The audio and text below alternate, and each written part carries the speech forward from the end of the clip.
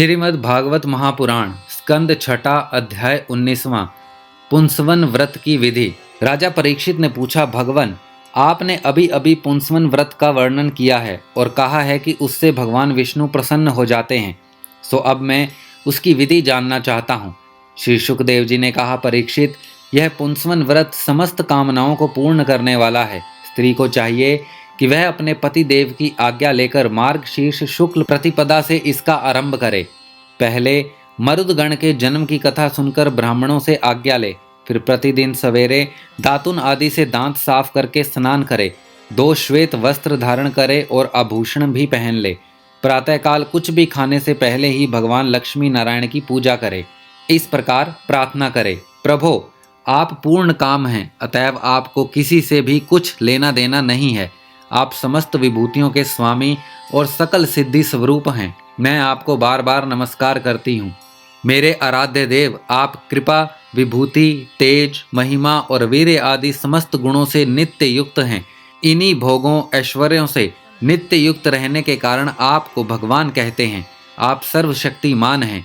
माता लक्ष्मी जी, आप भगवान की अर्धांगिनी और महामाया स्वरूपिणी हैं।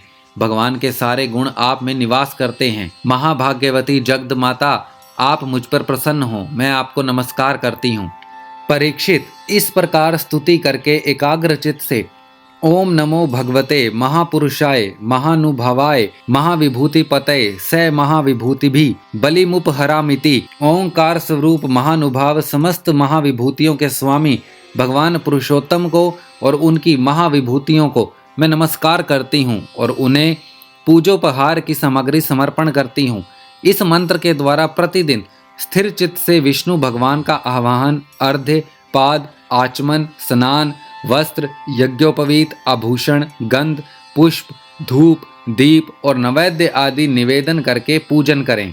जो नैवेद्य बच रहे उससे ओम नमो भगवते महापुरुषाय महाविभूतिपतये स्वाहा, महान ऐश्वर्यों के अधिपति भगवान पुरुषोत्तम को नमस्कार है, मैं उन्हीं के लिए इस हविष्य का हवन कर रही हूँ। यह मंत्र बोलकर अग्नि में 12 आहुतियाँ दें।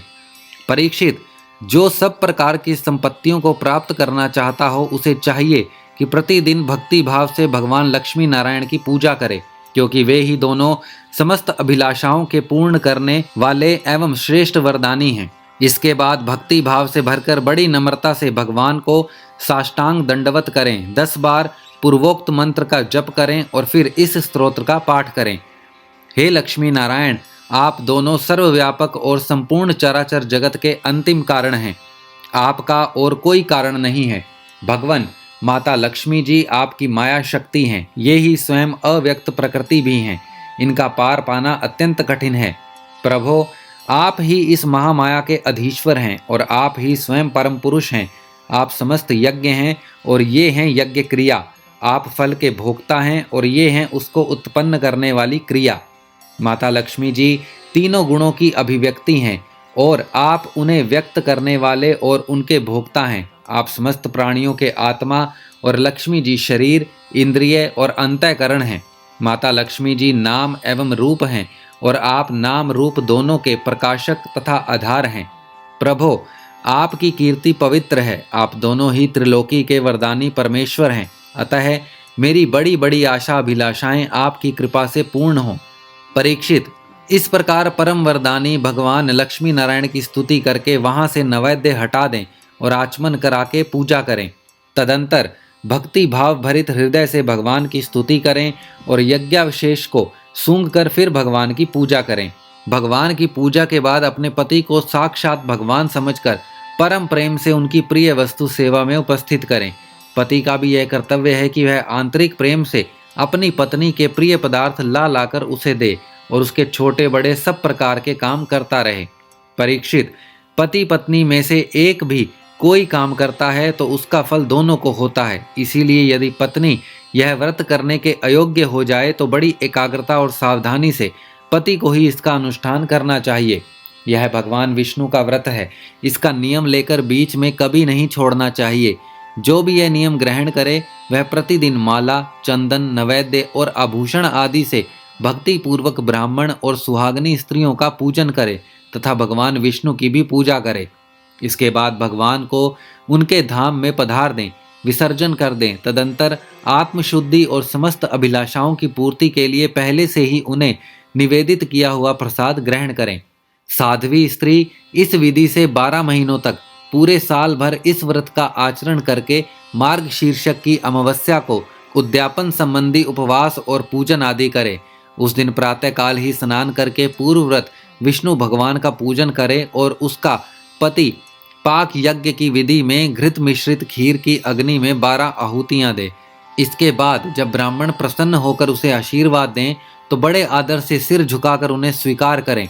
भक्ति भाव से माथा टेक कर उनके चरणों में प्रणाम करें और उनकी आज्ञा लेकर भोजन करें।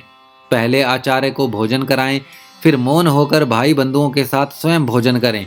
इसके बाद हवन से बची हुई घृत मिश्रित खीर अपनी पत्नी को दें। वह प्रसाद स्त्री को सतपुत्र और सौभाग्य दान करने वाला होता है।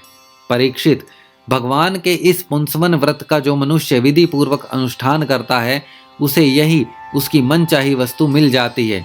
स्त्री इस व्रत का पालन करके सौभाग्य, संपत्ति, संतान, यश और ग्रह प्राप्ति करती है तथा उसका पति चिरायु हो जाता है। इस व्रत का अनुष्ठान करने वाली कन्या समस्त शुभ लक्षणों से युक्त पति प्राप्त करती है और विधवा इस व्रत से निष्पाप होकर वैकुंठ में जाती है। जिसके बच्चे मर जाते हों वह स्त्री इसके प्रभाव से चिरायु पुत्र प्राप्त करती है। धनवती किंतु अभाग्नि स्त्री को सौभाग्य प्राप्त होता है और कुरूपा को श्रेष्ठ रूप मिल जाता है।